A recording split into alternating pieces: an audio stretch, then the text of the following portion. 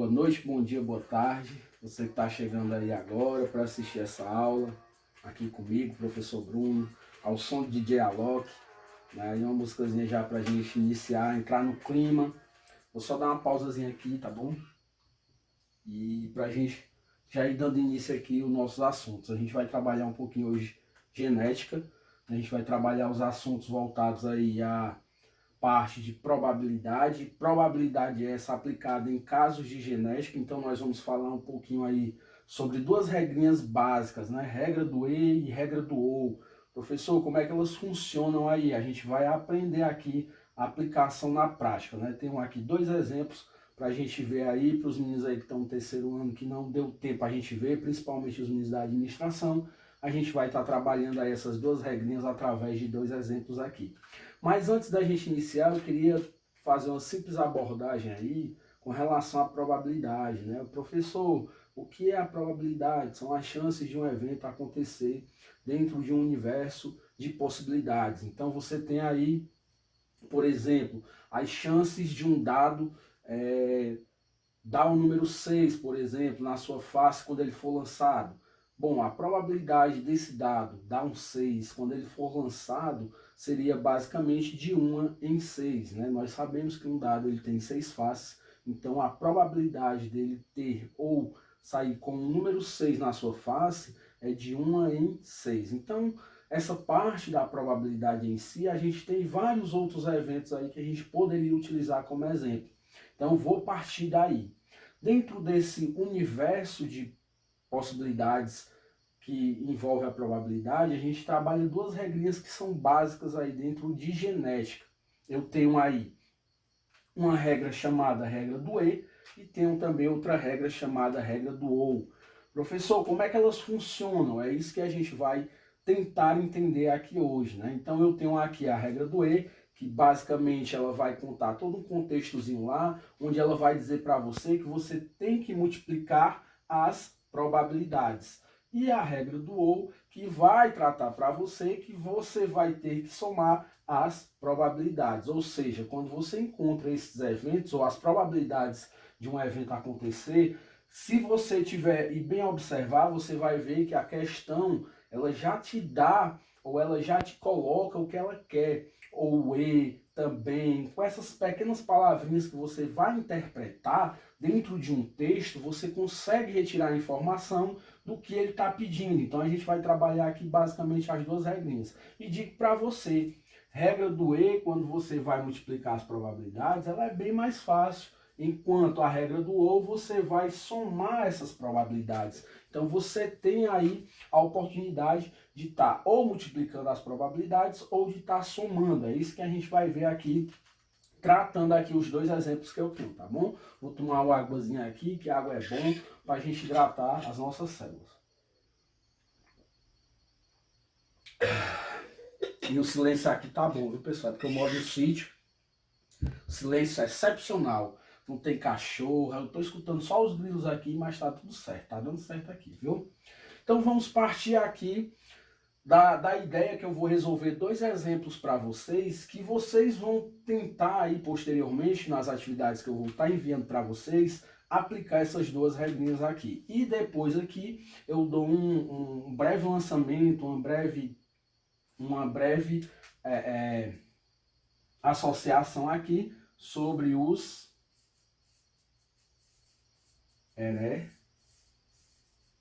heredogramas. Perfeito? Porque aqui o nome está errado, viu? Desculpa. Foi um errozinho de digitação. Bom, a gente vai falar dos heredogramas já já. Bom, então vamos aqui associar essa questão da aplicação das regras de probabilidade, regra do E e regra do OU, dentro dos casos de genética. A regra do E e regra do OU são muito fáceis quando você trata de probabilidade. Agora, quando eu envolvo algumas coisas relacionadas à genética, você vai perceber que eu acabo complicando um pouquinho mais essa questão da probabilidade. Então é isso que a gente vai tentar entender. Desculpa.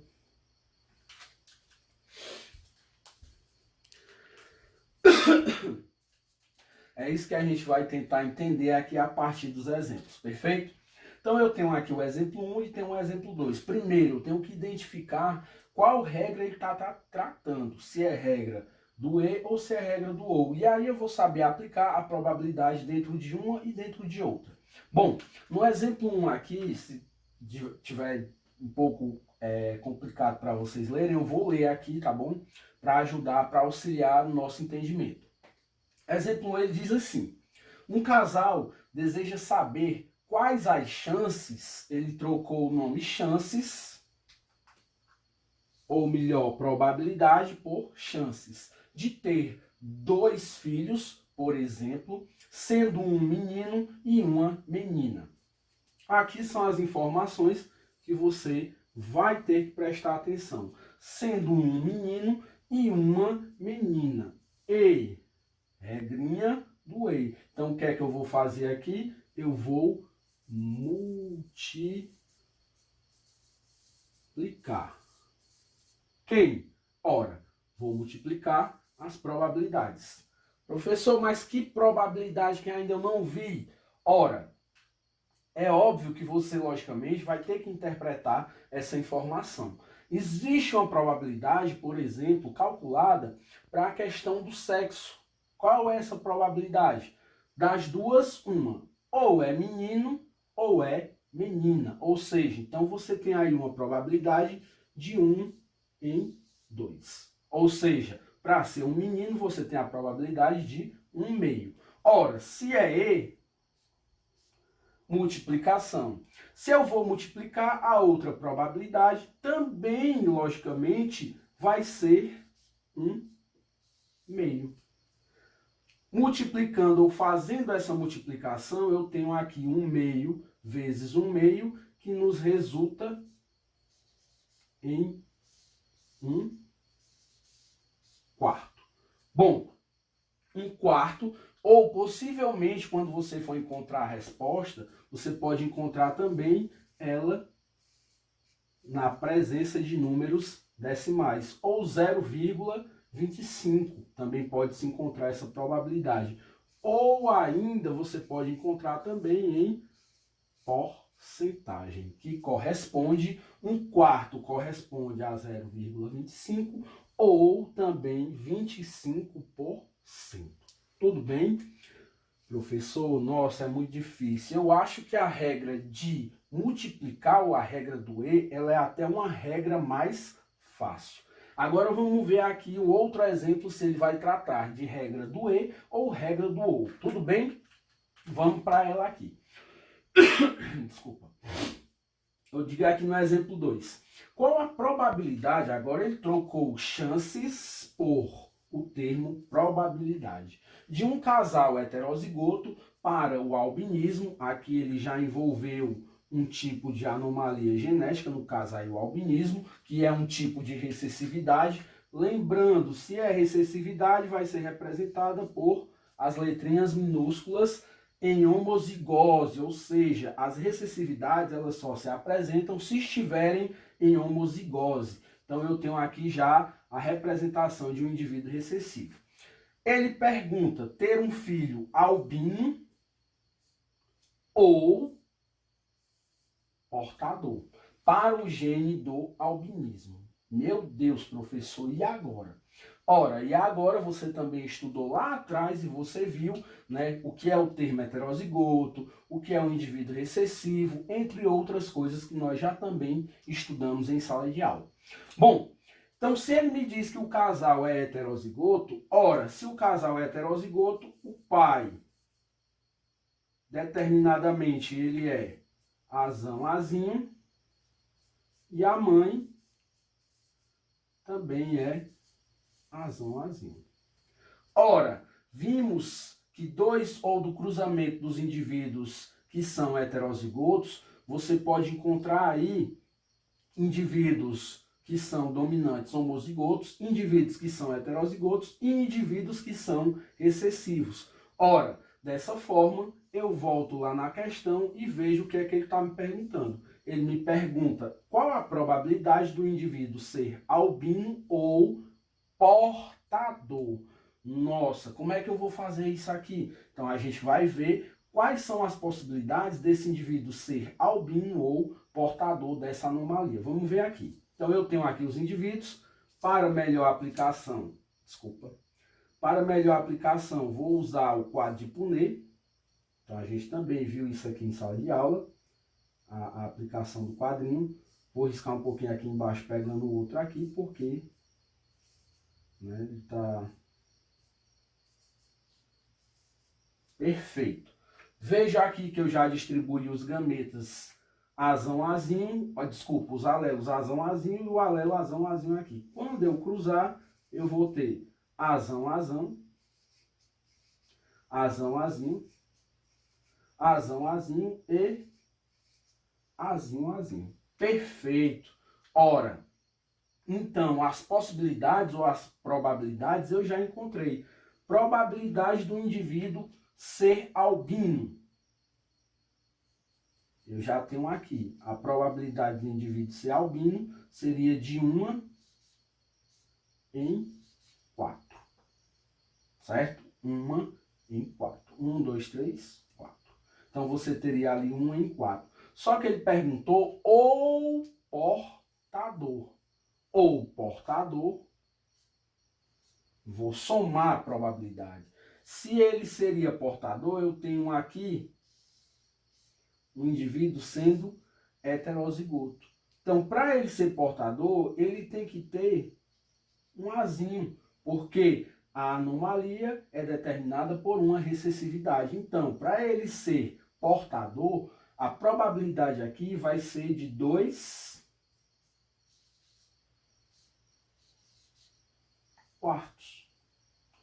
Ora, se são de 2/4, porque é 1, 2 em 4. Perfeito. Coloquei ali, tenho minha equaçãozinha. Quando eu vou para a matemática, números iguais que se repetem embaixo, eu repito ele embaixo e somo os dois de cima. A soma aqui é 1 mais 2 dá 3. Ora, você tem lá a probabilidade sendo 3/4, ou você pode encontrar ainda também a probabilidade de 0,075 ou 75%. Então, nós teríamos aí a probabilidade de esse indivíduo ser de 3/4 ou 0,75 ou ainda de 75%. Então, você pode encontrar N formas aí a sua resposta, né, na forma matemática. Então, só para a gente conotar aí nossas respostas, nós vimos aí regra do E e regrinha do OU sendo aplicadas aí na prática dentro dos casos de genética. Tudo bem? Perfeito? 1 hora depois, 2 horas depois, 3 horas depois, 2000 anos depois. Só dando continuidade aí, vamos falar aí sobre heredogramas, né? Professor, o que são heredogramas mesmo? A gente está vendo aqui a representação de uma árvore genealógica, né? Então os heredogramas nada mais são do que representações gráficas de famílias, né? Ou de genealogia, parentesco entre os indivíduos. Então aqui nós temos uma família representada dentro de um heredograma. A partir desse heredograma, ele vai me dar algumas informações, alguns dados para me extrair, para me responder algumas questões, ou até mesmo para me analisar e tirar algumas informações desse contexto aqui, no caso chamado heredograma, ou dessa imagem que ele vai te mostrar, para você fazer a resolução dessas questões. Bom, então aqui eu tenho algumas representações que é interessante, ou que é de interesse que a gente conheça, né? Por exemplo, eu vou ter aqui nesse heredograma a representação do sexo masculino e do sexo feminino, né? O sexo masculino é representado pelo quadrado e o sexo feminino é representado pelas bolinhas.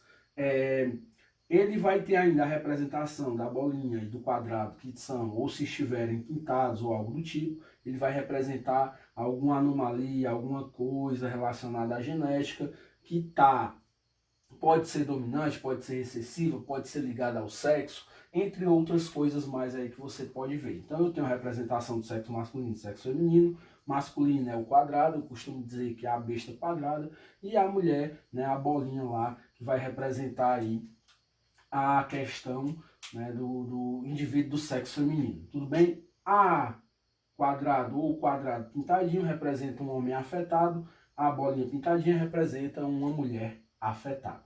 Bom, aqui eu teria a representação, essa família ela teria aí basicamente 3 gerações, né? Ou seja, você teria aí 3 gerações dentro desse heredograma, que ele geralmente ou pode ser lido de cima para baixo ou de baixo para cima, dependendo como ele estiver disposto lá na sua questão. Com um detalhe, aqui eu tenho que saber a quantidade de indivíduos, quantidade de homens, quantidade de mulheres, pessoas afetadas dentro dessa família, entre outros detalhes. Só que aqui nós só estamos vendo algumas representações. Por exemplo, já mostrei para você sexo masculino e sexo feminino, afetado e não afetado.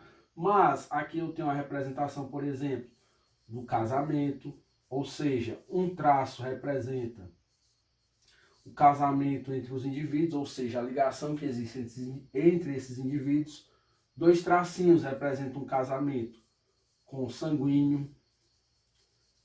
Professor, o que é um casamento consanguíneo? Casamento entre pessoas que pertencem ou existe um parentesco muito próximo, por exemplo, primo e prima. Certo? Isso é um casamento, ou um tipo de casamento chamado casamento consanguíneo.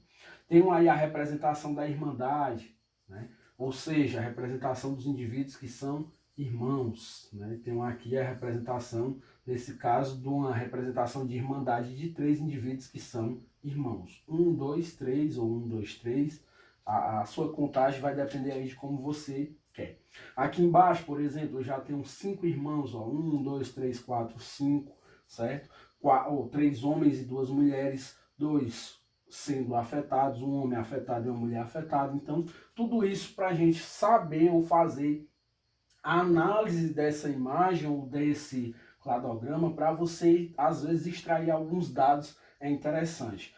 Tem ainda mais algumas representações que não estão dispostas aqui, como, por exemplo, a questão do indivíduo de sexo indefinido. Sexo indefinido. Tem também a representação das crianças dentro das famílias, certo? Isso aqui representa as crianças. Tem a representação também dos indivíduos que são falecidos. Geralmente você vai ver, eles vão estar riscados ou vai ter uma cruzinha embaixo, né? Quer dizer que esse indivíduo é falecido dentro da família. Tenho algumas outras representações, como é o caso aí dos gêmeos, certo? Que podem ser 2 tipos, né? Os gêmeos, os monozigóticos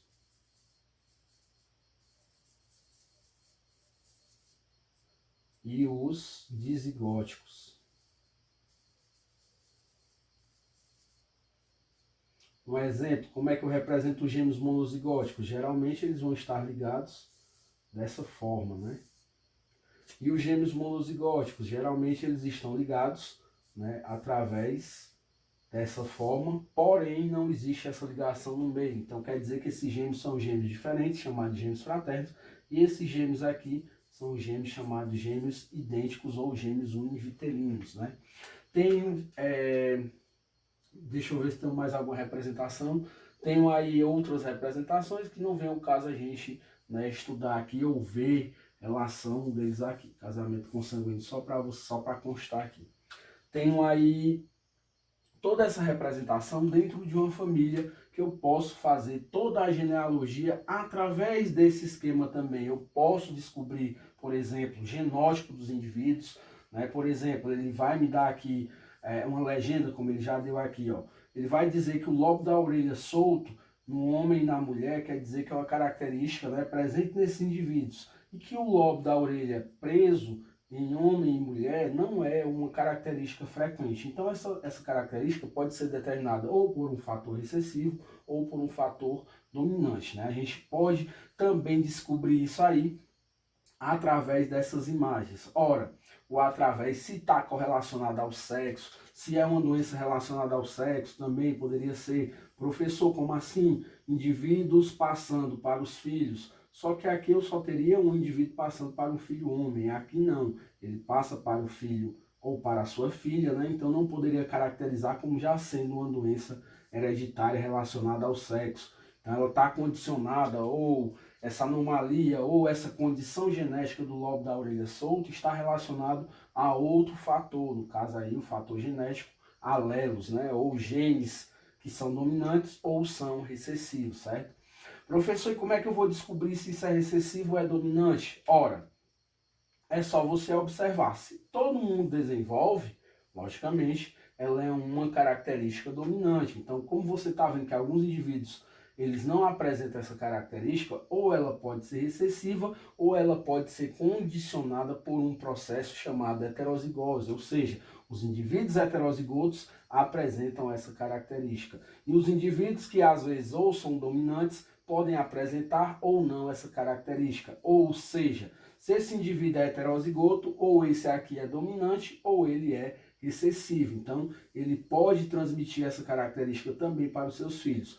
Mas como esse indivíduo não apresenta, então os outros também não vão apresentar. Professor, e aqui? Ou seja, aqui eu poderia perceber, ou você pode ver, que ela não é uma característica recessiva, porque se fosse recessiva, todos os filhos de indivíduos recessivos também seriam recessivos. Então eu não posso associar com uma recessividade, mas eu posso dizer ou ter a condição de afirmar que esses indivíduos eles podem ter um fator heterozigoto para essa característica. Então os indivíduos que são homozigotos não apresentam a característica em questão.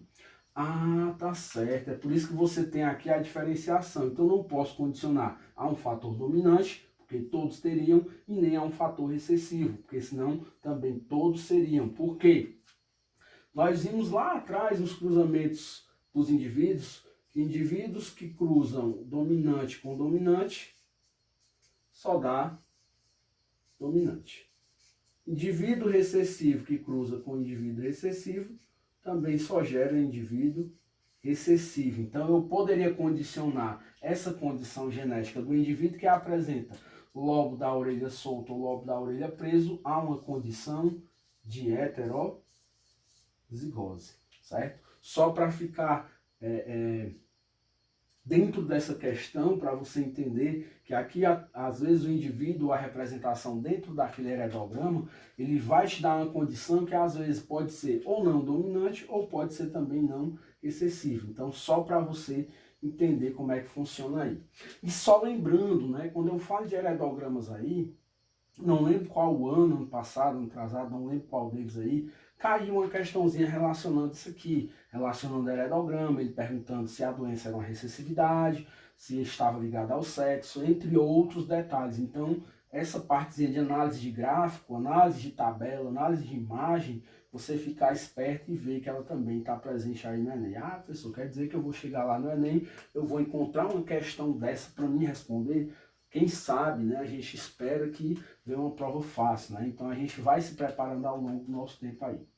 Como eu disse para você, vou estar enviando alguns materiais aí de questões relacionadas a heredogramas e também a parte de probabilidade que nós vimos aqui anteriormente a essa parte aqui. Tudo bem? Galera, foi um prazer estar com vocês, né? Agora, posteriormente eu vou estar gravando outra aula aí, mais à frente, relacionando também questão ainda de alguns conteúdos que nós ainda temos para ver ou que ainda tem para ser visto, tudo bem? E aí a gente dá por encerrada a nossa aula por hoje, perfeito?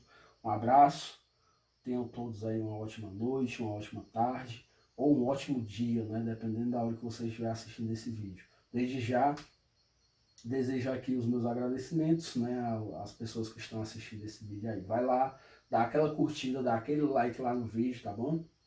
Para ajudar o nosso canal. E também ajuda aí se inscrevendo, perfeito? Foi um prazer, tchau, tchau e até a próxima. Até mais.